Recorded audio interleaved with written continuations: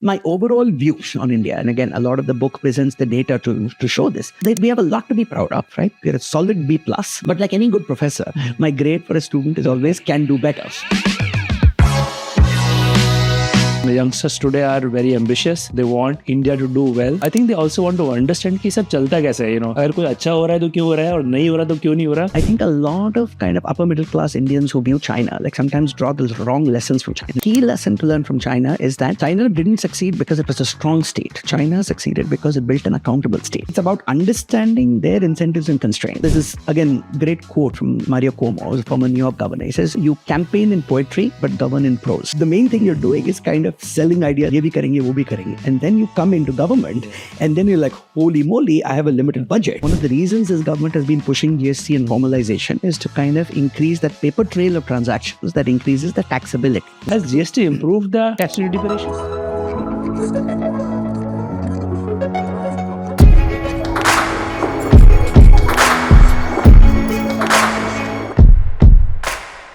Karthik, welcome to SparX. Thank you, Mukesh. It's a pleasure to be here. Yeah, absolutely. Looking forward to this conversation. You've written this massive tome, Accelerating India's Development.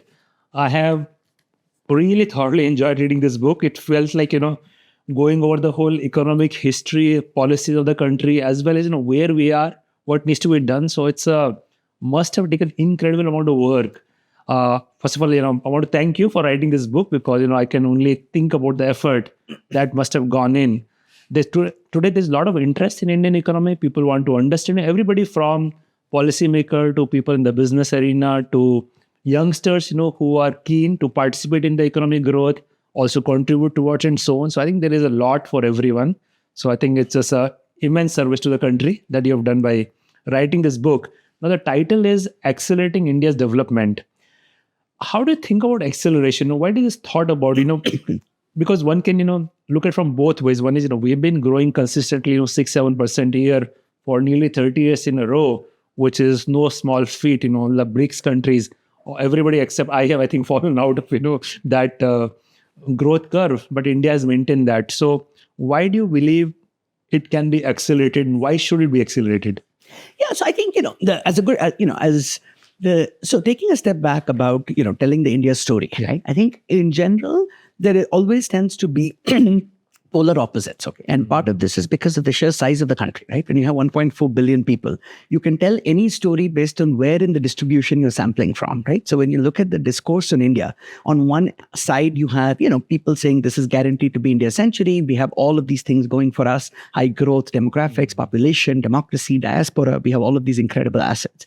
But on the other hand, we also have like some deep and profound challenges, right? That affect both kind of the quality of life of citizens and also kind of acts as a drag on growth, right? So, and a lot of this has to do with the delivery of essential public services, right? So education, health, police, justice, welfare, job creation. So we have substantial challenges in a lot of this. So I think my overall view on India, and again, a lot of the book presents the data to show this, is that we have a lot to be proud of, right? We're a solid B+.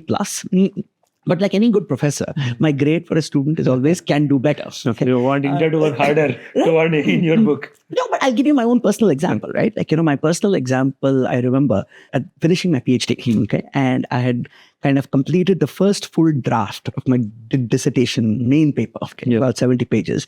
And I turned it into my advisor on a Friday morning, okay? And so I was like, okay, this must be good. And, I get back on Monday morning, there's 5 pages, okay, of single page type comments. And the first line was, this has the potential to be an important piece of research. And then the next 5 pages were kind of dhad, like, so it was almost like, like I joke and say it's like my professor was saying, तुमने क्या सोचा सरदार खुश होगा शाबाशी देगा. So but it turns out that the person who was giving me that critique went on to win the Nobel Prize. Okay, so the point is that when you have high standards, right, you're always looking at, it's very easy to say, oh, we're doing great, right? But when you have high standards in any enterprise, you kind of appreciate what's good and then saying, how do you get better? And so I think I feel the same way, right, about India, which is there's a lot to be proud of, but there's a lot of areas in which we can do better. Okay. And so I'm less interested in projecting specific growth rates of saying, are we going to do 6 or 7 or 8%? Because the actual growth rate will depend both on kind of what we do as well as global factors outside our control. Okay. So the reason I use the title accelerating is because I believe that there's a whole range of low-hanging fruit that we can act on that will allow us to accelerate and do better on both human development, which is going to improve the lives of individual citizens, and by doing that, also accelerate economic growth. And so we may have been doing 6 or 7%, which is good, but China and the East Asian countries in their peak years, consistently did 8, 9, 10%. And so given that we have this window of 20, 25 years of our kind of peak demographic kind of dividend, this is the window when we kind of really, the way we do in these 20 years will kind of shape the long-term steady state of India. Okay. And so that's what makes this period so important. And obviously, right, you might say we're going to do 6% and some war or some pandemic will happen and that may go down to 4%, or maybe global trade will go up and that could, structural factors could move that. But there is so much in our control, right, that we can do to accelerate. And that's kind of, what the book is about. So as any good professor, it is well done, can do better. All right. No, I hope that message lands well. And I think you're right. 1.4 billion people deserves, much, much better quality of life and development in a holistic sense. I think, one of your points in the book, development is not about economic growth, and it's definitely not about economic growth for the few, because top 10% people in the country are doing very well, will continue to do well, but it's like more inclusive development of everyone.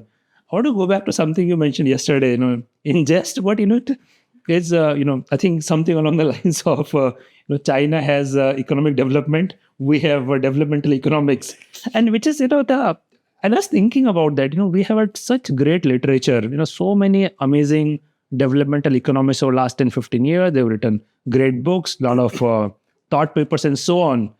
But if you look at the economy as, obviously doing well at B plus grade, at 6, 7% and so on. What is the interface between, folks like you, who are doing deep research on ground, coming with these ideas, insight? Ultimately, it needs to flow into policy and execution on ground. How robust is that dialogue? Yeah.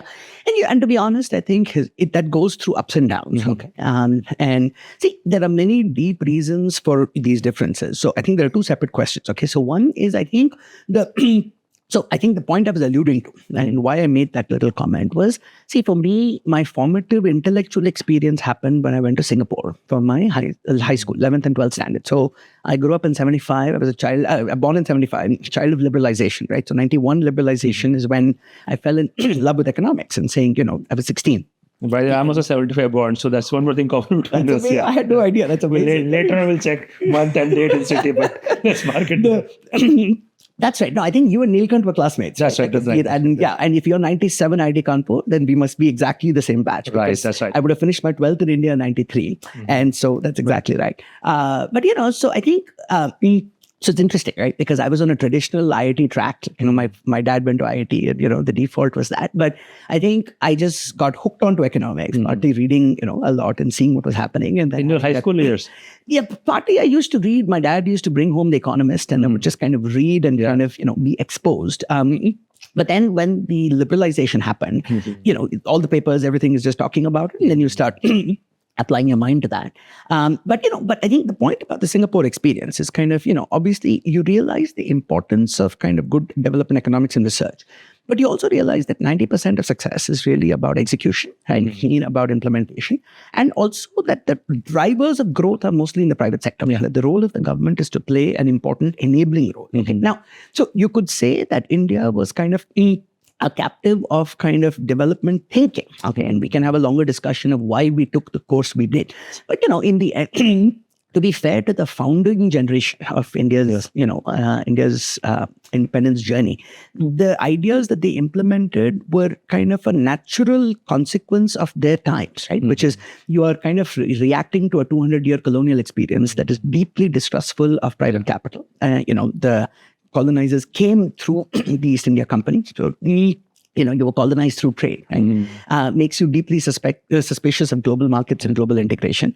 And also the intellectual milieu of that time in a post kind of World War II Keynesian kind of period, was that the only role models that existed of rapid industrialization and development were actually Soviet Russia. Okay. And so all of the policy choices we made in the 50s and 60s kind of reflect to some extent the intellectual kind of, global thinking at that time, right?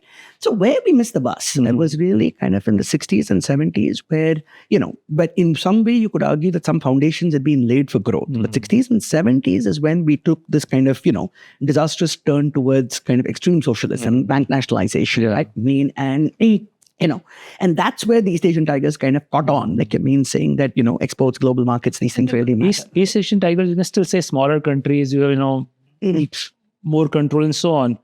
But I mean, this, which was sometime on, the divergence between, China's fate versus India. In those 4 decades, I think if I understand correctly, in mid-70s, we had the similar size of economy, similar per capita income and so on. In fact, China was, doing a lot of self-goals with the whole Great Leap Forward and Cultural Revolution and so on. And, when you look back and study the history of economics in the last 75 years, you have to rue those, missed 4 decades. In some ways, kind of 2 generations missed out on, because China started this whole, the development agenda and liberalization and so on in late 70s. And today, per capita income is 5 times that of India. By all accounts, China is a developed country and pretty significant on global scale. So that just, you as you studied economics and you have seen, the India of 70s, 80s as well, how much one should, care about the fact that, we really did some foundational things, right? Like, institutions like, ISRO and IITs and IIMs and so on. But that's for a very small section of society. But there's not a whole lot to show for those 4 decades. Yeah. And I think, but this is why ideas matter, right? See, ideas really, really matter. Okay. So eventually, when you look at the trajectory of nations kind of, and what determines the choices they make, okay. There's a very powerful framework. I think I've seen it from Jagdish Bhagwati, but I think, it's more generally used in, it's called ideas, interests, and institutions. Okay, so that's in chapter 17 of the book. And part of it is that it's the landscape of ideas that shapes kind of people's default thinking, right? Which is why the research, the writing, and I'll come back to your question about the interface right, between research. I got digressed because you mentioned that quote about China. So, so closing a bunch of threads here, right? So the first is coming to India versus China. I think the key thing, in fact, to China was they learned from Singapore. Okay, so for Deng Xiaoping, like Lee Kuan Yew, ended up being a bit of a role model. But the other subtle, and we can talk a lot more about China. I think a lot of kind of upper middle class Indians who view China, like sometimes draw those wrong lessons from China, right? So we think that China succeeds because it is this kind of strong centralized government that is able to take tough decisions without the cacophony of democracy and lots of kind of, protest voices. But in a funny way, I think that's exactly the wrong lesson to learn from China, right? The key lesson to learn from China is that China didn't succeed because it was a strong state. China succeeded because it built an accountable state. Okay? And we can talk a lot more about that. And some of the key reforms of Deng Xiaoping were not just opening up to market reforms, but it was also changing kind of the governance and accountability kind of within the government. And this is the innards of the government that we don't observe from the outside. And in a way, that's kind of a core point of the book, right? Which is to talk about, really understanding how the government works and kind of what are the low-hanging fruit by which you can make governance more effective, right? So that's kind of one piece of India and China. So this point about India having development economists. So then there's another question you asked about what is the interface, right? And, between kind of, the scholarship and practice. Yeah, maybe just to add to that before you further develop, right? I mean, it's one would think from outside, you have, all these deep thinkers, who are researching, generating, policy recommendations. At some level, should be easy for government to, look at the best of ideas. We go back to whole commanding height days of, 70s, 80s. There's so many governments were trying to do at that time with not so much success. And today, government, there's a whole jive about, Harvard versus hard work, right? So that's where, my question is coming from is, it should be easy, but it doesn't look like it's that easy also for policymakers to just kind of pick up best ideas. And it's not easy at all. It's not easy at all, right? And you see, if you think about the truth is academics and government live in very, very different worlds. Okay? So academics are typically trying to kind of advance the frontier of knowledge, right? And so the time scale on which academic research happens is often 3, 5, 10 years, okay? Whereas the government says, I need an answer in 3 months. Okay? So that's the first challenge, right, of the time scale. The second challenge is that because the academics are typically not aware of enough of the implementation challenges and issues. There can be a disconnect, between kind of what's coming. So academic research often provides good principles and ideas, but you need kind of deep translation. See, which is why the key to India's 91 reforms was the fact that we had a generation of world-class leading economists, but who were not academic economists, but policy economists, right? So there was this whole generation, whether it's Montek Singh Ahluwalia, or Vijay Kelkar, or Rakesh Mohan, or Bimal Jalan, Arvind Virmani, Rakesh Mohan. So, these were kind of a generation of outstanding policy economists who had Shankaracharya, who had PhDs from top universities, right? And when you say policy economists, you mean they were still studying and recommending about policies, or they were involved in Exactly. So what I mean by policy, so let's kind of take a step back and think about the translation of ideas into research, into practice, right? So the upstream is what happens in universities, which is academic researchers doing deep individual research, writing high quality individual papers that's peer reviewed to say, is this paper correct? Yeah. Now, but the problem is that the academics typically don't know what the policy discourse is, what the policy windows are. Yeah. Okay? So you have what are called the think tank economists, right? So the think tank economists play a really, really important role, right? So, and ideally a think tank economist has a PhD from a top university, but their main role is not generating new research papers. Their main role is synthesizing the existing body of research and saying, okay, what does all of this mean for the policy decision that has to be taken? So a good think tank economist is aware of kind of all of the primary academic research, but is also aware of what are the policy windows right within government, and is also somewhat aware of some of the administrative and practical details of what is. So you need that. So when I say policy economists, what I mean is these, people like Montek and others, they were not academic university economists, right? So they had worked in the World Bank, they had worked in, others had worked in the IMF. And so these are places that recruit top PhDs from top schools. But then their mindset then becomes, okay, how do I take the research and provide certain advice for policy that reflects the research? But I'm fundamentally functioning within a policy. So there's this nice post, I think Rachel Glenister, who was the former chief economist of the British Aid Agency, and she's now become the president of the Center for Global Development. She had this very nice post where she's talking about the difference between academic economists. Right? So the academic economists' kind of roles are, you are more incentivized on, is it innovative? Okay. Whereas for the policy economist, is it important? Because I have to take a decision. Okay. The academic economist is focusing more on novelty, right? Whereas policy economist has to focus on relevance. So there's a whole bunch of, things in which the temperaments are different, right? So when I say they were policy economists, what I meant is they had PhDs from top universities. And so they're trained to think like economists, but they're functioning within government, right? That can mean in a policy way. And I think that we've actually not reinvested, in that. And there's a variety of reasons for that, which we can talk about. But, so I think so there's a real challenge, right? There's a real challenge. But the thing is, academic economists are normally not rewarded for writing a book like this, right? Because we are rewarded for writing the next paper. Yeah. Okay.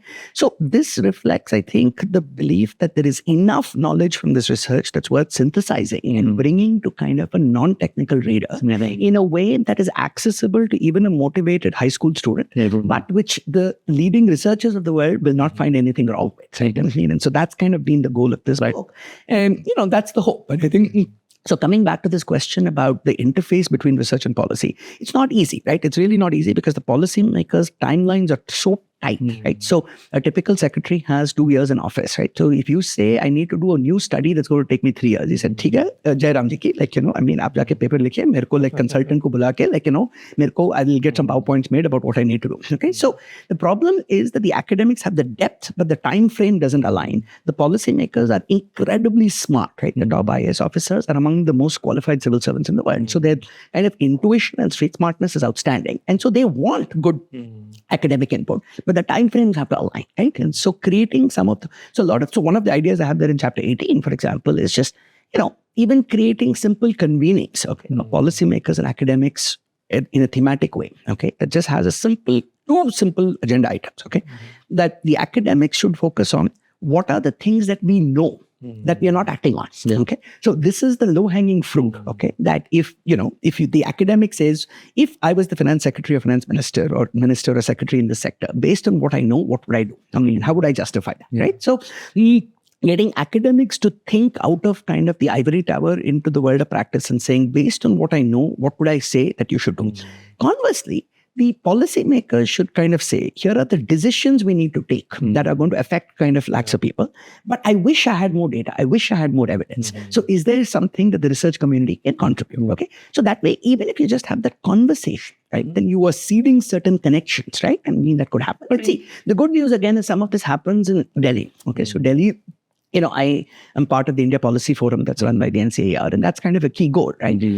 But part of the thing, one of the reasons the book says a state-led roadmap is that Indian states are bigger than most countries, okay? So we need this discussion, this level of discourse at the state level, at the local level, state line departments. So this year at the IPF, in fact, for the first time, we commissioned a paper just so, earlier it was mainly academic economists. Then 5-6 years ago, I think I started a tradition of commissioning papers from what I call market economists. In fact, Neelkant, who had a great episode, was the first person who wrote, and then Sajid Chinoy. So these are people who've then written outstanding IPF papers. This year, for the first time, we commissioned a paper at a state level, focusing this year on Punjab, saying, just kind of let's put together a strategy paper, for the Punjab economy. So this was done at the National Forum. But part of the point is to kind of get state-level stakeholders to really start thinking about, because too much of our discourse says, okay, what is the government of India doing? Part of this is to kind of really, I think there's this lovely quote from Ashwin Mahesh, who lives in Bangalore, right, where I talk about in chapter 8 on federalism and decentralization, where he says the best way to solve our many problems is to increase the number of problem solvers. Okay? And so we are deeply over-centralized. We kind of look to Delhi for everything. But the part of this is to kind of galvanize a lot more thought and action, right? I mean, at local levels, because there is so much that can be done. Absolutely. And that's one of the key ideas in the book, and we'll come back to that, Karthik. But I want to just, you talked about the academic researchers and policymakers, which is, to a large extent, bureaucrats and senior level secretaries and so on. But politicians are also a very big stakeholder, ultimately, in the democratic society, whether at central level or state level. Politicians need to act on that, and the new policy can only come into effect if it is passed in legislature. What is the level of involvement of politicians and their mindset also to be able to understand policy nuance, their detail? Because a lot of it does boil down to, in some ways, budget allocation. We'll talk about that in detail. I think you have a whole chapter on that as well.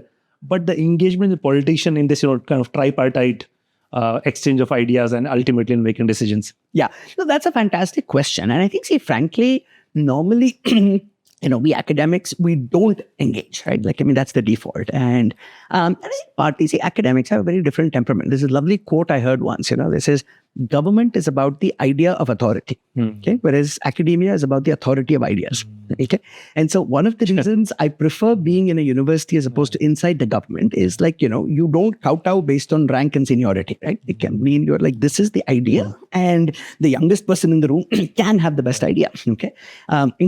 Partha Dasgupta, famous Indian economist at Cambridge, once famously said, he said, God made PhD students to keep tenured faculty honest. So, and, that's what I keep telling my PhD students. I said, you are doing your job, up to your master's. My job is to teach you. As a PhD student, it is your job to teach me. Because that's a great idea in, theory, but in practice, you also hear about academic side that, the academic process, progress, especially in sciences, happens, one funeral at a time. No. So again, listen, I'm not saying that we don't have the same pathologies, right? And so over time, I think, yes, everybody's wanting to build their own empires, okay? So there are definitely process level kind of, inefficiencies, right? Where certain cliques will emerge, where, particularly at the level of journal reviewing, editing, funding, it becomes difficult. But the good news at the end of the day is there is, I remember, in fact, my advisor, again, Michael Kramer, the same person who gave me that 5 pages of comments, right? And, I used to have doubts about my own academic choices, okay? Because sometimes I feel that the pure academic world doesn't understand or value the amount of time I spend with policymakers, okay? So this is what I do is very atypical, okay? But he said something very, two important things. He said, listen, never apologize for the fact that your fundamental motivation is to make sure that 200 million kids in India have a better education, and that economics is a tool to get you there, okay, not an end in itself. And the second very interesting thing he said, the good news in academia is there's diversity of departments, diversity of journals, diversity of funding agencies, right? And so even if you get rejected in a few, you just need one job, right? You need one place that you publish your paper. And I think your episode with Venki kind of also highlighted this, right? Which is the good thing is there is enough diversity across countries, across research cultures, across funders that, truly good ideas, they may kind of suffer a little bit, but they will there is a marketplace, right? Whereby, you get that accountability. And I think so. And in general, right, because the PhD students are always hungry to kind of come up with the next big thing next. So there are structural things, but I agree with you. Okay, there's no question that there are things that we can fix within the academic enterprise. But I think so. Coming back to the engagement with politicians, which is what you talked about. Yeah. So to be honest, I have actually not, right, I engage a lot with government, but more at the technocratic level, right? So of course, people like Dr. Monte Ahluwalia is a cabinet minister, Niti Aayog, then the deputy chairman and all the vice chairman of Niti Aayog, right? Whether it was Dr. Panagiri or Rajiv Kumar, so Dr. Suman Beri, I know them all very well. So my engagement and interface is more at the technocratic level, right? The CEAs, the people in the government who have a PhD, right? And therefore can communicate with the researchers. Now, that being said, I do think, right, over time, my senior civil service kind of, mentors and well-wishers are saying, but you do need to engage at the political level, because at the end, the political engagement becomes important for 2 or 3 reasons, right? Why? At the end of the day, in a democratic system, they are the ones with the legitimacy, right, to actually make the change. Okay, so that engagement has to happen. The second is, even when you have outstanding officers, there are often kind of calls that are fundamentally political. Okay, so because there are decisions that have to be taken that are going to affect some groups one way, another group another way. So that is a political call. So kind of spending time, kind of communicating with the political class, I think, is very important. Now, the good news is that I've just started this journey. Say the book came out in late March, and in 3 months, everybody was obsessed with the elections. And so it's only now that I'm kind of starting, right? And this is one of the first video interviews on the book. And the good news is that I've already had, I've had a wonderful meeting with the Chief Minister and Deputy Chief Minister of Telangana. I was there a couple of weeks ago. And I've met now multiple finance ministers, so not that chief, but finance ministers in some ways are the core audience, right? Because the point is, so there's this, again, great quote in chapter 17 or 18 from Mario Cuomo, who's a former New York governor. He says, you campaign in poetry, but govern in prose. So when you're a politician, the main thing you're doing is kind of selling ideas, getting things, ye bhi karenge, wo bhi karenge. And then you come into government, and then you're like, holy moly, I have a limited budget. And as we'll see in the public finance chapter, 50% of all government money is already goes to committed expenditure, right? Salaries, pensions, and interest. So you make all these promises, and then you come. And then, in fact, I was just recently joking. So there's another former finance minister who reached out after kind of seeing the book, and that there should almost be like an alliance of finance ministers across parties, okay? Because in the end, they are the ones who kind of have to deal, with the issues of kind of running the government. So anyway, so the good news is, in fact, and this is across states. In fact, I've had an outreach from a cabinet minister in a state government. Of course, he's a former civil servant, but he sent me a text saying, "I'm really enjoying the book. It's like I'm back in school, and learning every day. And would you please come and address a bunch of our legislators?" So that is happening. And I think the other thing which I'm realizing, right? So again, it's very recent, like I said, but I think the reason the political leadership, whenever I'm engaging, and particularly at the state level, right? So because the book is focused on state level stuff, and I think, because like I said, 90% of actually what affects the quality of life of citizens is actually controlled by state governments, right? So education, health, police, district courts, where 86% of our cases are. These are all state government issues. But our policy discourse is still obsessed with Delhi, right? No, absolutely. And there's so many, I think so much analysis and insights about the whole, central versus state responsibility and so on. And I have tons and tons of questions about that. Where I want to start with, Karthik, is there's some very unique insight from the book. After you read it, it seems like obvious, but it's not that well known. I was definitely not aware. First one being, our tax-to-GDP ratio is about half, at about 17%. So, my understanding is, the GDP is now, $3.5 trillion. So about 17% of that is what the government collects as revenue, and that's the money available, compared to 30 to 32% or 34% even in the developed countries. So, for the same size of economy, our government has only half the money to do stuff with. and we have so many people who want everything, right? So that's and if you look at from the lens, लोगों को लगता है कि हम लोग socialist country थे, पहले वो वाले policy follow किए, तो इसका मतलब big government and so on, high tax and so on. But it's like exact opposite. I feel like it's like on the other extreme of, very low tax country. And that also translates to size of government. Again, मेरा impression था कि सारे सरकारी दफ्तर में इतने सारे वो bureaucrats होते हैं, सब कुछ decision वो लेते हैं. But हमारा the size of government is minuscule compared to US. You mentioned कि India में for every 1,000 people we have 17 government employees. US में that number is 77. And China is close to 150. No, China is, I think, 57. 57, sorry. Okay. Scandinavia, like Norway and Sweden. Is okay, right. The European, country with very high tax rate and so on, right? Which is, incredible. 5 times as many government employees in US, where you think they're a beacon of, this very small, efficient government system. But a lot of ways, because of those employees, they are able to provide massive amount of service. So it's I don't think it's that commonly known, and definitely not the public perception that we still have we are a very low tax country and very light government overall. Mm-hmm. Yeah, and I think, the problem in some ways is that, okay, this is a long and complex question, right? So let me first take the fiscal part, okay? So which is, why is the tax to GDP ratio low? And again, the point is that India does roughly where you would expect based on our stage of development. And that's because there's a lot of research that shows that the tax collection rate increases when the formalization rate goes up. Okay, and that's because formalization means there is data to track the economic activity. Okay, so one of the reasons this government has been pushing GST and formalization is to kind of increase that paper trail of transactions that increases the taxability. Okay, so has GST improved the tax to GDP ratio? I think part of the problem is because it then came so there was some teething troubles and transition, and then there was kind of COVID, right? So Arvind Subramaniam, I think, recently wrote a paper looking at the time series, and he was, one of the architects of GST, in making it happen when he was CEA. So I think his analysis shows that it dipped a fair bit, and then there was COVID, but it is only now recently caught up to where kind of the trend line would be. But part of the difficulty in that analysis is also there's always political pressure to tinker with the rates, right? So you don't have a controlled experiment of saying holding the rates constant. How did the structure change? Yeah. Right? So you can't really answer that question as nicely as we would like.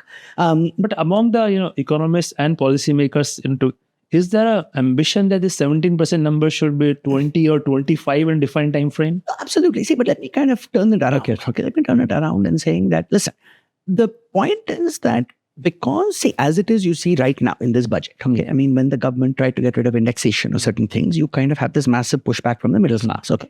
Now, the challenge for India in some sense is that the direct tax and the tax base is because we are a low income country. Okay. So let's take a step back and say, why do tax to GDP ratios go up as you get richer? Okay, because the first is when people are poor, right? Governments simply are not able to tax, both because the activity is informal and also because you're close to subsistence. You can't afford to pay the tax, right? And so you collect the taxes from kind of the smaller segment of industrialists and upper middle class folks who you believe kind of have the income to do that. But that's a small base. Okay, so you cannot get the tax to GDP ratio up unless you actually get the economic growth up to the point where you can get it. So there's an element of kind of taxes, which is about efficiency of collection and certain aspects about tax design. But fundamentally, the way you get this up is economic growth. And so it's not obvious to me, right? That at our low level of GDP per capita, that we should aspire to 30 or 35%. And I'll tell you why. It's because our quality of expenditure is so poor. Okay. So before we expand the size of the state, we need to first improve the efficiency of the state, which is why kind of the chapter, the book started out, the outline is 14 chapters. It became 18 because some of these chapters just grew so big. So the personnel chapter became, got split into bureaucracy and personal management. The public finance chapter got split into expenditure and revenue. But I say something important in chapter 7 on revenue. And one of the reasons the expenditure chapter comes first is that I say that a government that wastes hundreds of thousands of crores of taxpayer money every year functions with diminished moral authority, right, to collect taxes. So I don't want the government collecting more taxes till you have improved as a citizen. That money is better in the pockets of citizens, rather than kind of going into the government. And then, this is what's again very important that people don't appreciate enough, right?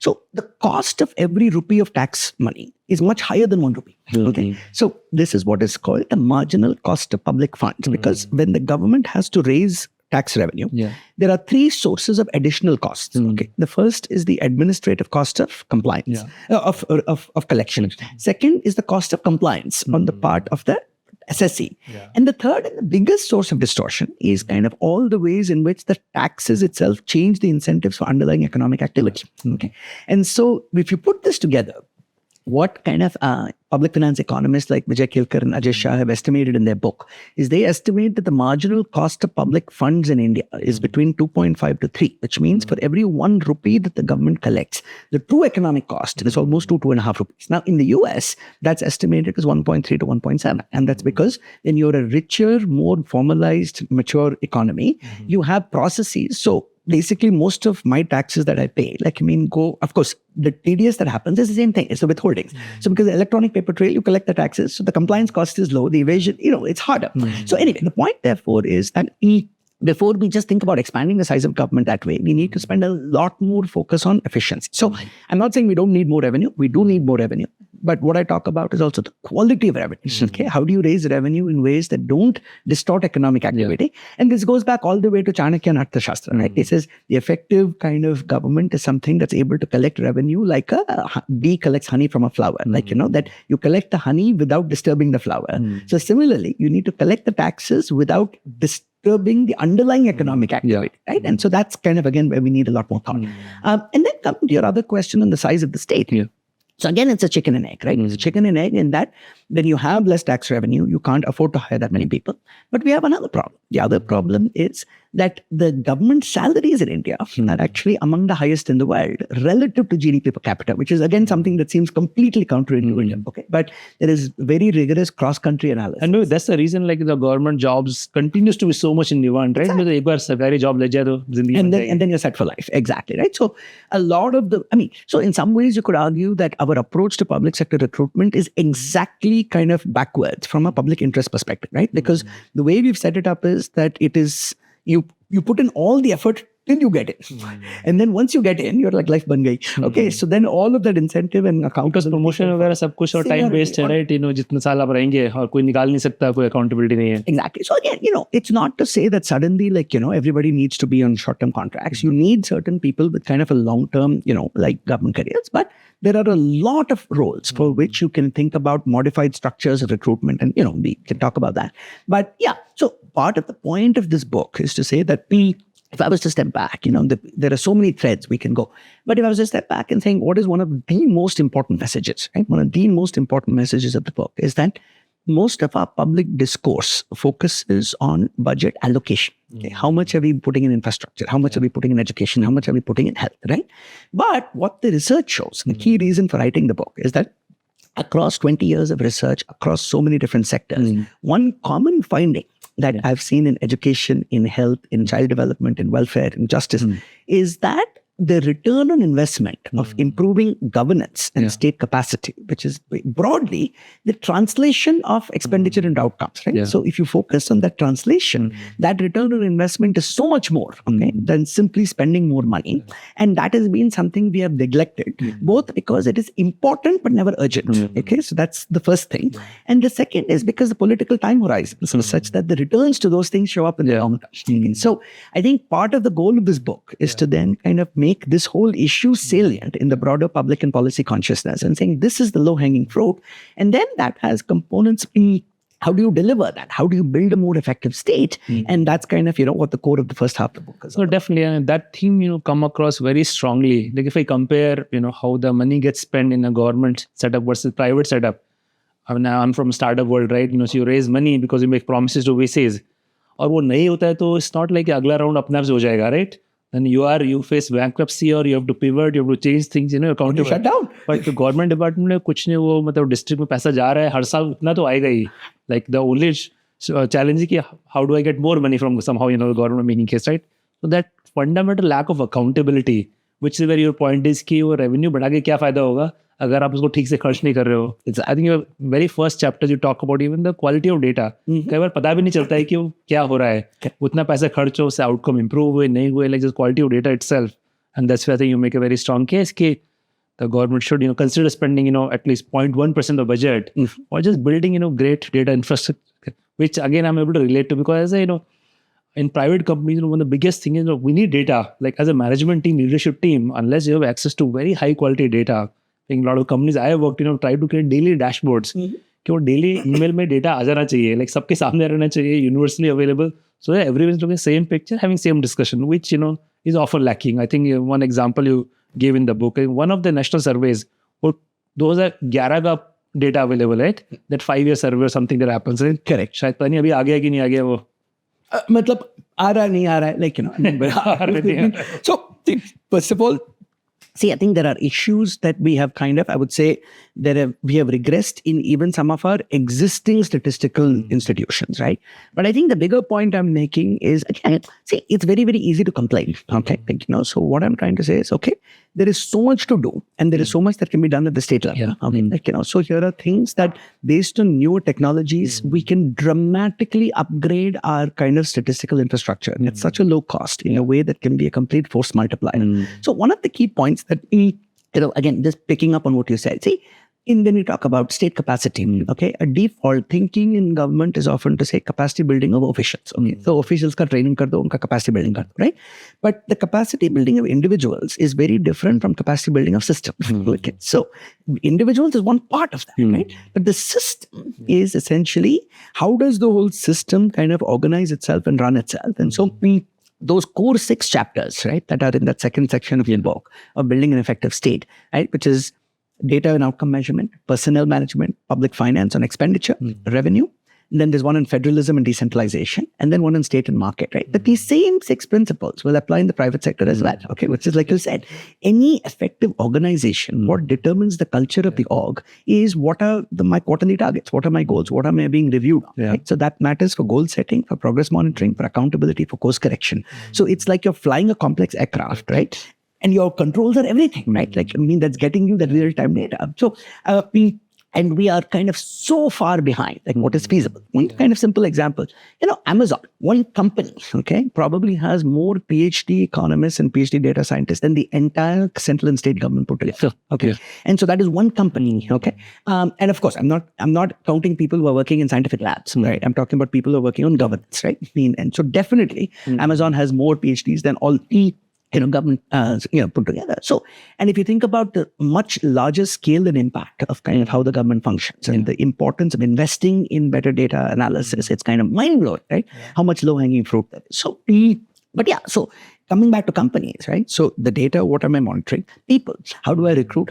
What drives the culture of an entire organization is what are the characteristics that are rewarded in your career. And so what is rewarded today in the system is some combination of seniority and some combination of essentially not having any negative marks. Okay, so as an system, accountability nahi hai. Accountability hai, okay, but the accountability is all for compliance and not for outcomes. Okay, so it's not like there's no accountability. But the way we built our accountability systems is it is built with an assumption that sab chor hai, okay? Like it means, so the CAG will come and do a bunch of process audits, right? But there's very little systemic thinking about are the outcomes being delivered. Okay, so I'll give you a very powerful example of how this compliance-based audit culture. So, I've done tons of work in education, okay? We've got a lot of evidence saying that well-designed and deployed education technology interventions can sharply improve learning outcomes. Okay?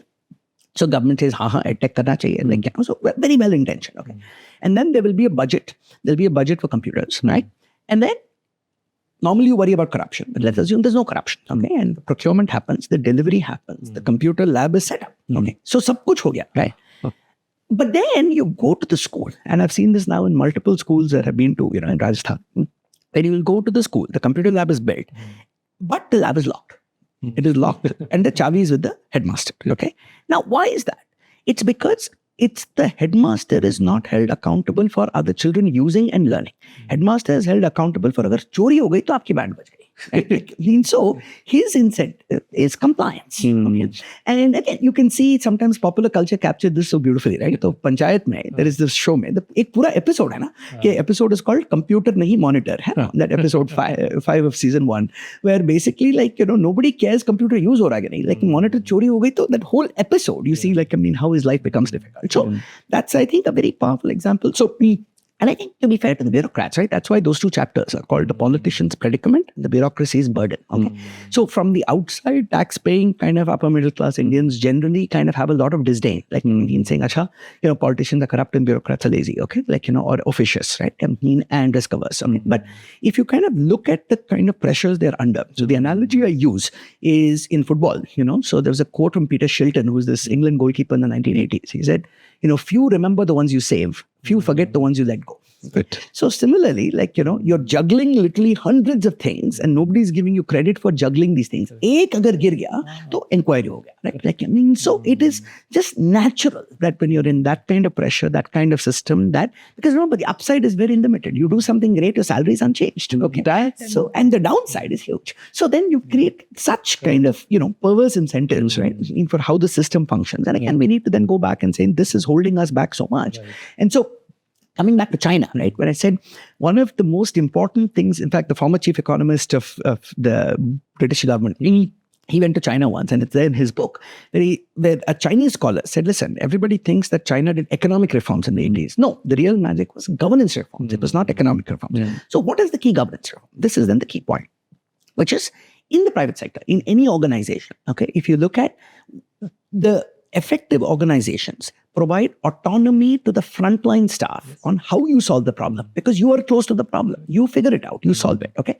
But there is accountability for outcomes. Okay? So autonomy and empowerment on process with accountability for outcomes. In the government, we do exactly the opposite, which is we micromanage you on process, but nobody is held accountable for outcomes. Because the process is such that 20 people have to sign on the file. To agar outcome nahi hua, to there is kind of that murder in the Orient Express. That there is distributed blame to go around. That nobody is responsible. So what the Chinese government did, one of the things that we don't appreciate enough is that, see, again, we keep thinking strong government is good. No, some of the biggest disasters in the 20th century happened when Mao Zedong had unconstrained power. Okay, so whether it's Great Leap Forward or kind of Cultural Revolution, right? But what the Deng Xiaoping reforms did was kind of convert the Chinese state into a more accountable state. Okay, so a big part of that was better performance measurement and management within the system. A lot more, again, coming back to then federalism. Decentralization, right? A lot more local authority, right, to deliver, but a lot more accountability for outcomes. Okay. So today, just a stunning statistic, right, in chapter 18. See, we think of China as highly centralized, okay? But if you look at total government expenditure and saying how much expenditure happens at what level of government, in China, 51% of total spending happens at the local government level. In India, that is 3%. And local government will be equivalent will be district or even no, it will be kind of, either the municipality or the Gram Panchayat, right? And the key reason for that is service delivery, okay, which is education, health, are all under local government. Okay? And that then connects to kind of why the decentralization agenda becomes so important, even for making Indian democracy work better, right? Because, see, you can't make a prime minister or a chief minister accountable for is my teacher showing up on time. Okay. But the local government, is where, so you have the visibility and the accountability, and because that local election is then fought on issues of service delivery, it becomes salient. Okay. So one way of seeing this is people say, "Acha dekho, what we learned from Arvind Kejriwal and Aam Aadmi Party. See, it is possible for political parties to focus on health and education." Okay. And the funny thing is, they view themselves as the weakest chief minister, okay, which is true because you have limited powers. But the other way to think about it is he's the most empowered mayor in India, okay? So, and it's because he's the most empowered mayor, right, that they rationally focus on education and health, because that is what is in their control. So your point is what if many more cities in India have such kind of empowered mayor with access to this kind of budget and so on? I think just to complete the story in China, in your book you mentioned India mein local level budget spend is only about 3% of the total spending. Got 3% versus 51, which means if I'm a very local leader, responsible for few 100,000 people, few lakh people, but a lot of services I'm able to make decisions and I'm held accountable for the outcome, and I can be ranked on the out of 540 district where I stack rank and so on, right? वो यहाँ पे नहीं होता है. यहाँ पे most of decisions ऊपर से ले आते हैं और करते धीरे नीचे आते हैं. Exactly, right? And so, and it's interesting. So you've had Shrayana, I think, on the show. Yeah. One of her, obviously now she's well known for her work on gender, but one of her best known papers in kind of the bureaucracy literature, was this paper with Yamini Iyer where they described the state, the Indian state, as a post office state, where essentially the frontline functionary jo hai, block level, jahan pe jo you're supposed to have some managerial authority. In practice, they see themselves as post offices where they are kind of transmitting orders from upar se and transmitting data niche se. So the agency to actually say, okay, what can I do to improve? Right. They have very little, no discretionary budgets. How can even if I'm a block education officer, I have no tools for holding kind of my staff accountable because I can't promote, I can't hire, I can't fire, I can't post. So how do I reward performance, right? So there is such basic governance reforms, right? And there's some structural impediments also around this. Right? Other thing you talked in the book is I think at least mid to senior level, most bureaucrats, they are transferred every 15 months or so. Exactly. अब company में और लोगों को हर 15 महीने में shift करना शुरू कर देंगे कि प्रोडक्ट वाले को मार्केटिंग बना दिया, उसको कहीं और भेज दिया, तो लाइक हमारे से कल्ट में बैंगलोर सिटी मैनेजर को दिल्ली भेज दिया एंड ऑल दैट, तो कुछ नहीं होगा, राइट? बिकॉज 6 महीने तो लगते हैं जस्ट फिगर आउट कि क्या चल रहा है, कैसे काम होता है and all that, right? So and the question is, why do we have this kind of, no sensible person who's designing an organization for effectiveness would ever design it this way, okay? So why are we in this kind of dysfunctional environment? And again, that's why both chapter 2 and 3, right? And then go back a little bit of the history. And the key thing to understand is that the bureaucracy that we have is built on a skeleton of a colonial bureaucracy, right? That was designed to extract from the population and not to serve, okay? And you can see that even in the names of the two most important officials in the district, right? So the collector, why is the collector the most important? Because you're collecting revenue. And then the SP's job is to make sure that law and order is maintained so that, so it is the textbook definition of extractive state. Now, let's understand, why did you transfer people so much? Why did the colonial state transfer people? The most important reason for transferring people was so that, in British terms, so that the officials don't go native, okay? Which means कि आपको लोगों के साथ हमदर्दी नहीं होनी चाहिए, क्योंकि अगर हमदर्दी हो गई तो आप कैसे चूसोगे, right? And so and you can see that again in Lagarde, right? So popular culture captures the zeitgeist so beautifully. So this is in the notes, right? But, so you've got Captain Russell, right? Who's your classic colonial kind of, extracting ruler, like in the Chavni, like, playing cricket, doing shikar, okay? And the interaction with the people is with the king to collect the taxes, okay? And he's therefore able to function in that extractive mode. And then you have Elizabeth, like, who गाँव में जाती है, लोगों से मिलती है, हमदर्दी होती है. And then she's like, oh my God, morally, how can I justify, what we're doing? Okay. And so that captures exactly, right? Like, the fact that if the colonial administrator was to spend too much time वो तो उस वक्त की बात है ना, अभी transfer करने का क्या मतलब है? No, exactly. But this is the point, right? The point is, उसी ढांचे पे हमने हमारी modern system बनाई है ना. Now, so at the time of independence, this was kind of fiercely contested among even the founders, right? Saying that should we dismantle the entire civil service. And I think what Vallabhbhai Patel ji did, which was, I think, the right call, okay, which was, the paramount concern of the founders was maintaining national integrity, national unity. And in a world after partition, in a world when 540 princely states had just been integrated. See, remember, modern India is a political miracle. Okay, we have more people than the entire Western hemisphere put together. North America, Central America, South America is other, and in the past year, that's amazing, right? I mean, I've been to Amritsar, I've been to Hyderabad, I've been to Trivandrum, I've been to Calcutta, and in the course of giving book talks, and then you just see just what a miracle this country is, okay? And 540 princely states, and he had just kind of acceded. And if you look at the 2,500-year history of kind of the Indian subcontinent, there are only two periods where kind of over 70% of the landmass was under one ruler, right? 3 periods. There was Ashoka, there was peak Mughal Empire, and then the British. Okay? So it's only about 200 years of that 2,000-year history. So the paramount concern, okay, of the founders was, how do you keep the country together? And for that, you needed the colonial structure, because that was the structure that had maintained the law and order, maintained kind of basic structure. Okay, the things don't fall apart. Okay.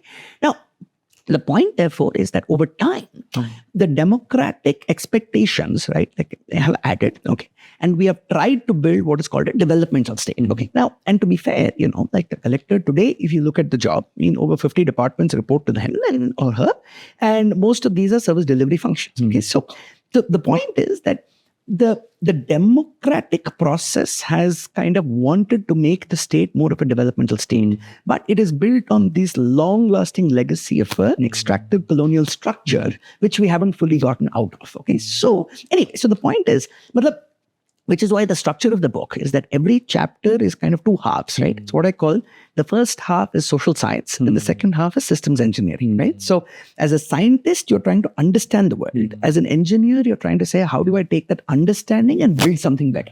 Okay, so the first half is saying, here are the facts. here is why we are the way we are. Now, given what we understand, what is then a feasible pathway of reform? Right. And just to, my perspective on this whole, bureaucracy is, if you look at especially civil services, they attract the best and the brightest in the country. I think the book you mentioned, acceptance rate of like something like 0.1%, which is probably harder than any other entrance exam in the country. And as you mentioned earlier, these people are among some of the brightest, street smart, well-read. I think most IAS officers have a library like this at home. They somehow like, they get into that whole habit of that, right? But agar unko, if you're not given a clear charter and 3-4 year runway, then the ability to really produce something is very limited. So that's, would you recommend that most politicians should consider, like identify their, best bureaucrats, give them a goal over, at least 5-year term, saying ki aap ye produce karo, this is your goal, and give them reasonable autonomy, right? And things will, same budget, will probably translate to much more outcome on ground. Absolutely. And I think, the good news is many, I think, political leaders understand this. Okay, so even in the past 20 years, if you look at which are the states and sectors that have delivered well, it is exactly cases where chief ministers have identified kind of key officials, given them stability, given them, and also importantly, going back to this goalkeeper analogy, right? They have also protected them from honest mistakes, you see, because it is impossible that you will never make a mistake, right? Like, which VC, which company, VCs, we understand that, the nature of the enterprise is that a whole bunch of things will fail, okay?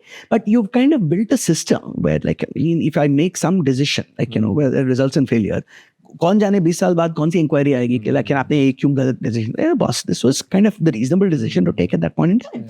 So an effective chief ministers, have understood this. Okay. Now, the problem is what ends up happening is even with the best kind of chief ministers, what you end up prioritizing a few sectors and you end up putting good people there and saying, okay, you have a runway to go deliver. Okay.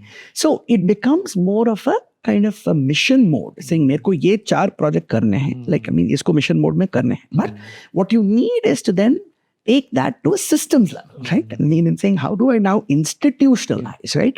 Certain norms such as stability. Now, the question is, why has this persisted today? Okay. So historically, the reasons of the transfers may have been, that it was designed to kind of, keep the officials from sympathizing with the population. Why do we still keep it today? So today what has happened is for the politicians, it's become the most important tool of control, because you can't fire, right? So this is what Indira Gandhi figured out, Civil service was supposed to be the steel frame that could resist kind of political pressures and function in the long-term public interest. Indira Gandhi figured out, no, I can break your spine by transferring you every 3 months, So now, for the politician, because you can't fire, the transfer has become the most important tool of control, And they're not willing to let go of that. Okay, so that's at the political level.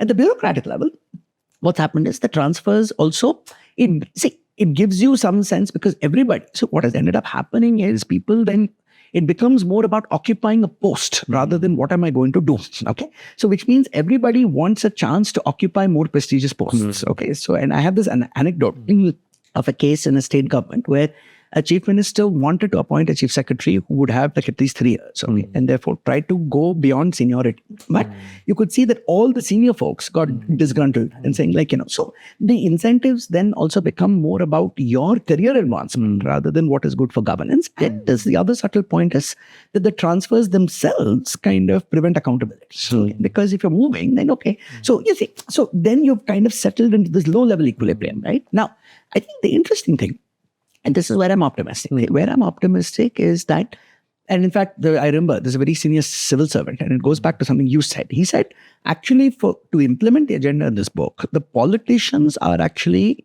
a bigger, they will be more interested. Because the politicians are accountable to voters. In a way, the bureaucracy is not. But I must say, every interaction I've had with political leaders has been really... it's been incredible, right? How street smart they are, how well they understand these issues. But intuitively, they are living the reality, right? Which I've talked about in the book.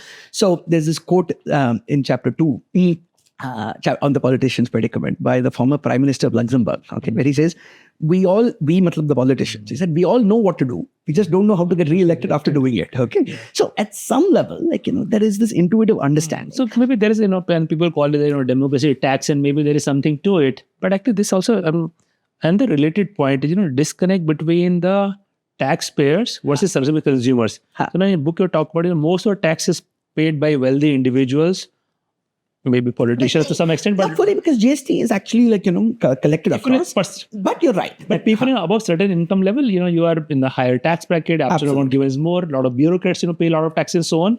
But they don't consume any of the government services. उनके बच्चे सरकारी school में नहीं जाते हैं, उनको कोई बीमारी हो कुछ भी करेंगे वो सरकारी अस्पताल में नहीं जाएंगे and so on.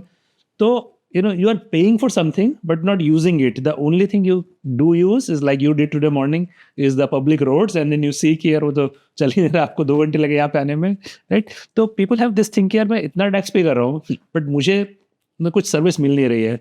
So that disconnect is also quite significant, right? And I don't know क्या obvious solution है.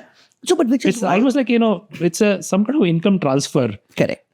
So, and that's absolutely right? See, which is why I think the decentralization agenda is so important, okay, for India on so many dimensions, right? And so what the research on taxation shows is that there's a lot of research on what is called tax morale, okay, which is people's willingness to pay taxes, okay? And in fact, last week when I was at IIM Bangalore, someone, one of the audience questions online was a very interesting one, okay? So it said, everybody in India talks about our rights, okay, but what about our duties? Okay? And I said, great question.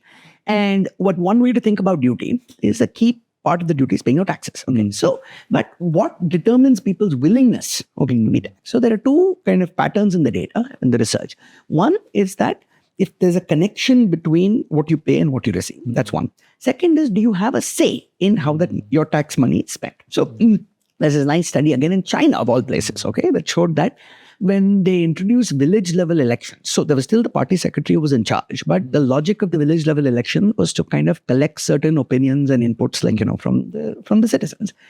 And one fascinating result is that the village level elections actually increased tax compliance.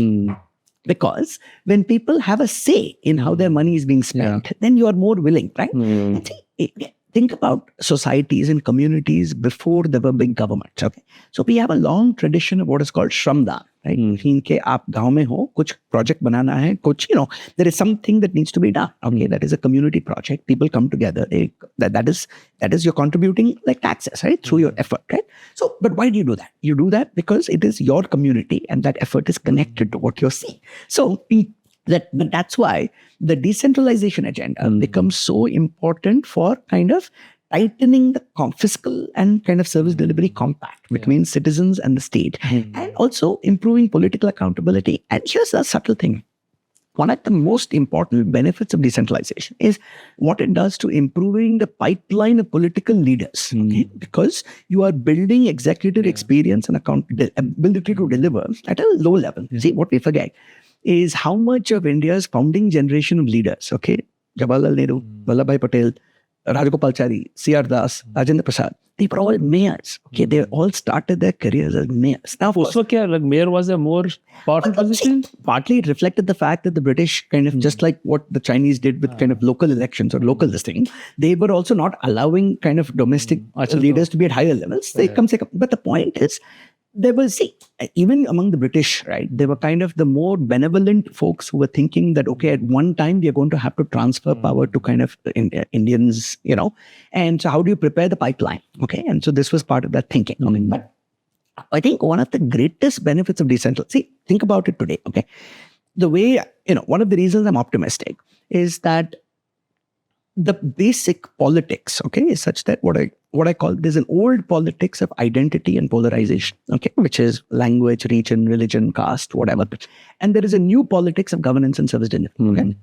Now, partly what used to happen is in a world where you had so many fractured parties, okay, and first past the post means often you can win with 20% of registered voters, then the incentive became to kind of polarize and get your vote back. Okay? But what the data on elections shows in the past 20 years, it's not like the polarization is over, okay, but it is no longer enough, right? So that identity politics polarization gets you, say, 15 to 20%, but that next 20% requires you to deliver, okay? But now think about the career incentives of a young political party operative or leader, okay? And this person is ambitious, they want a career in politics, okay? So you can invest in one of these two tracks, okay? You can invest in saying, I'm going to be good at rabble-rousing and kind of getting the base, or I'm going to develop a reputation as good in governance. But because you don't have any entry-level jobs that allow you to prove your ability in governance, the way you get your attention is by polarizing and getting the media to notice you. Okay. So you have actually, even corroded the pipeline of political leaders by not providing kind of what I call a training ground and a proving ground, right? Of your effectiveness in governance. So, which is why I think the decentralization, and we can even spend an entire episode on that. No, we will do that. But because it is so kind of core and cross-cutting, right? So many aspects of strengthening governance. I think this whole, idea of decentralization is a big part of, what you argued in the book. And I think in episode 2, we'll definitely, focus on that so that we do justice to that. But I want to go back to another point, which also mentioned this politician's predicament chapter, which is, the way democracy functions in our country is typically voter turnout will be, let's say, 55-60%. And if there are 3 or 4 political parties in the fray, then if in 35% of the people who are coming to vote, then you get elected as MP or, which is only 20% of the people are voting for you after the, eligible voters in that population. And if you're very surgical about, targeting who those 20% can be, so by servicing, a small number of constituents, you can have enough of ways to get re-elected, which creates an incentive to basically channel most of the benefits that you can for that segment. And this, perverse cycle, then you can continue for a long period of time. And you talk about many examples in, 90s and early 2000s of this, right? Exactly. And I think that's why I think one of the things I'm trying to do in the book is so much of our public discourse, ends up focusing on personalities, but not on systems, right? And so the point is that whether you're a politician, whether you're a bureaucrat, they're very, very smart people. And they are acting in ways that reflect their incentives and constraints. So as citizens, if we want kind of politicians and bureaucrats to work better for the public interest, it's about understanding their incentives and constraints and how do you better align the private interest with the public interest, right? Before we kind of again beat down on ourselves and saying, Acha, we have got all these pathologies. We've got tons of pathologies, right? But we're also a miracle, right? We're a miracle both in terms of the political union, we're a miracle in terms of our economic performance. We're a miracle that the Indian state can do a bunch of things very, very effectively, right? So we do run the world's largest elections, for all of the complaints. And, earlier there used to be things about booth capturing. Today there's complaints about maybe there is some irregularities here and there. But despite all of that, mota moti, system chalta hai, logon ka vishwas hai, and it is a miracle. Okay, if you look at how rare that is. Okay. Yeah. So again, that's why it's a B+. There's a lot to be proud of. This is not a D or an F. Okay, it's a B+. And one view, and even senior people I respect a lot, saying, listen, the nature of India is we will keep muddling along. Okay, we will not do great, but we will not be a disaster. So हमने ऐसा system बनाया, तो अच्छी बात है, right? But the point is, we are also there's just impatience, right? And we can do better. So anyway, that's a digression. But coming back to the politics itself, because again, it's easier to talk about the negative, but again, I'm very happy I mentioned this example, right? Which is what my advisor did. That when after my 4 years of work on the dissertation, when he came back with 5 pages of comments, with one line of praise and 5 pages of criticism, it is because it was tough love. Okay, it is saying, okay, potential hai, okay, but if I keep telling you to achhe ho, to kya fayda, right? This is all the ways in which you're going to get better, right? So similarly, I think sometimes the reason I keep going back and saying there's a lot to be proud of is so much of the discourse ends up being sounding critical, that it's not critical. This is constructively, so that's what I do in the book is I'm not sugarcoating any of the problems, but the tone is essentially optimistic, right? Saying that it is in our power to make this better. Okay, now let's understand why we are the way we are. And look, the optimism is, very legit. It's also, we're not talking in the air. Look at the last 30 years of history of what has happened. If you can, so many new industries come up, things like India Stack that in this podcast I've talked in a lot of detail. These are global level innovation, the entire story of IT services industry and so on, the startup ecosystem, and so direct benefit transfer that you talk a lot, and so on. There's a lot to be kind of proud of. Maybe as we we're wrapping up this first episode, Karthik, maybe let's zoom out again. And this question I'm asking more from the perspective of a younger audience who might be listening to this, people who feel like they have vested interest in India. Like the youngsters today are very ambitious. They want India to do well. I think they also want to understand कि सब चलता कैसे है, अगर कोई अच्छा हो रहा है तो क्यों हो रहा है और नहीं हो रहा तो क्यों नहीं हो रहा और हम क्या कर सकते हैं. तो as someone who has spent your whole career studying about these topics, what would you advise to youngsters, whether they're interested in studying economics or not, just get more engaged, more aware, besides reading your book, which is obviously very, very highly recommended, what other things people can do to so feel like they have a say in how things are going to pan out. Correct. And I'm glad you said that, because to be honest, I think my first answer is you read the book, right? But the structure of the book is exactly to answer your question, right? Which is when the reader goes through this, at the end you say, "Theek hai, main kya kar sakta hu," right? And so that's why the chapter 18 is called State, Citizen, and Society, right? Which is in the end, see, the state, the government itself is downstream of the politics, which is downstream of the society, right? So there is therefore so much, that we can do, right, as citizens. And I think, the most basic point to start is a mindset shift. The mindset shift where you kind of stop thinking about so you move from thinking of yourself as a subject to a citizen, And one simple submission that I would have to any kind of student, citizen, journalist, anybody, is to stop calling governments ruling parties. Just call them governing parties. Service provider parties. Governing parties. You're governing, So you are not the ruler, right? Which itself is a legacy of that colonial kind of language and colonial architecture, right? And I think Mani Sabarwal, who's also a famous, Bangalorean, had this nice quote, I think, recently last year, when I think he grew up in Kashmir. And he says, there's this difference between of leadership, right? Of Jagir versus Amanat. That is, a Jagir is you are the god, right? Amanat is you are a trusteeship, of something for the next generation, right? So the key part of this is to changing our public discourse and our expectations so that our leaders are expected by the public to function not as rulers, but function as trustees. That we respect the office, but you are not God, and your conduct in that, both today and in history, is going to be assessed by how well you have served as a trustee, right? In that role. So I think the first part, and it's very interesting, right?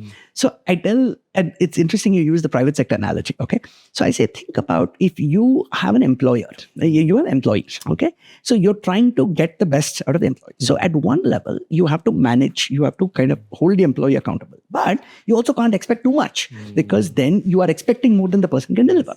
So if you apply that same framework to thinking about the relationship between citizen and the government is our employee because they are funded by our taxpayer and tax, right? So at one level, we have the right to demand accountability. But why the book is important is it's also important for citizens to not have unrealistic expectations, because it is important for citizens to understand the constraints under which the state is functioning. So just like I cannot expect one employee to deliver the work of 4, if you see that I'm expecting somehow a level of service delivery, but the government has 1/5 the staff, that the US has, it will also make you calibrate expectations. And then that comes to a direct way in which citizens can contribute. So I've got ideas there for how different categories of citizens can contribute, everybody from political leaders to bureaucrats to industrialists to entrepreneurs to, academics to civil society. But for students, I think, and for youngsters, I think so there are 2 or 3 things, right? One is understanding the problems will then hopefully stoke a bit of an entrepreneurial mindset. And I think the most important mindset shift that we need is, for youngsters, instead of aspiring to be something, aspire to do something. And so if you're targeting a position, then you're saying, okay, mere ko ye title chahiye, right? But it's just aap karoge kya? And so part of that is an analysis of saying, here are deep problems and this is how I can contribute in my little way. Now, that might be with your job, it might be with entrepreneurial efforts, whatever. So there are a few things that are mindset shifts. The mindset shift is from subject to citizen. A mindset shift that thinks of the government itself as your employee, and therefore it needs to both be supported and managed, right? So you support it where needed. So then the question, how do you support? So then comes to my most concrete action, which is I think a lot more citizens at all levels should just get more engaged with local government. So understand the structure of your local government. Now, if they have, and this is again, Ashwin Mahesh has talked about this, organizations like Janagraha, which are also based in Bangalore. So there are lots of outstanding civil society organizations, right? So I think the main point here is that the way civil society itself has evolved in India is it has evolved to fill the gaps that the government is not able to do. But I think that itself gets magnified when citizens say that, listen, we all have a stake in kind of the collective enterprise. The problem is 1.4 billion people, and the government just seems like it is like too big, right? Like, I mean, it's intractable. It is impossible, right, for me to have an impact. But by focusing at the local level, partly because the resource base is so limited, like, that the marginal contribution that you're able to make, sometimes even in time, sometimes in terms of understanding, sometimes in terms of just, figuring out ways to contribute, right? I mean, can be very, very high. And then long term, I think for students, and I say this again, right? Imagine you are that finance minister tomorrow. Like, what will you do? Okay, so, and I think there's just a lot. But let me end with one final thought. And again, this is attributed to another famous Mangalorean, and Rohini Nilekani, I think, recently had this nice framing where she said, philanthropists should kind of move from thinking about distributing solutions to distributing agency. And in a way, I think my intellectual journey with the book has been very similar. So I started writing 5 years ago as an expert who says, I've done 20 years of work. I have solutions I want to share. Now, there are solutions in the book, of course. But eventually, I think the bigger long-term impact comes from distributing agency to kind of lakhs of youngsters who are now empowered with a better understanding of these issues to then take that and kind of, act in their own ways. That's amazing. My takeaway, Karthik, is that, today everyone has some interest in politics and policy. But a lot of time it's, from very caricature level of understanding of, how things happen. I think the beauty of your book is, this is kind of, fresh civics lesson. People can understand कि वो government कैसे चलती है, constituent क्या है, क्या constraints हैं, क्या challenges हैं, and then you're able to understand कि okay ये इसलिए कर रहे हैं और इसलिए नहीं कर पा रहे हैं, better. So you're able to participate in a dialogue in that much better way. So there's a kind of crash course in, civics of the country. And then the next episode will take up how does the government really function at central level, state level, local level, and some of your recommendation about moving some of the decision making and autonomy that you alluded to. What are the mechanisms to do that, and what potential benefits can come out of that. So we'll pick this up in next episode, Karthik. Thank you. Wonderful. Thank you.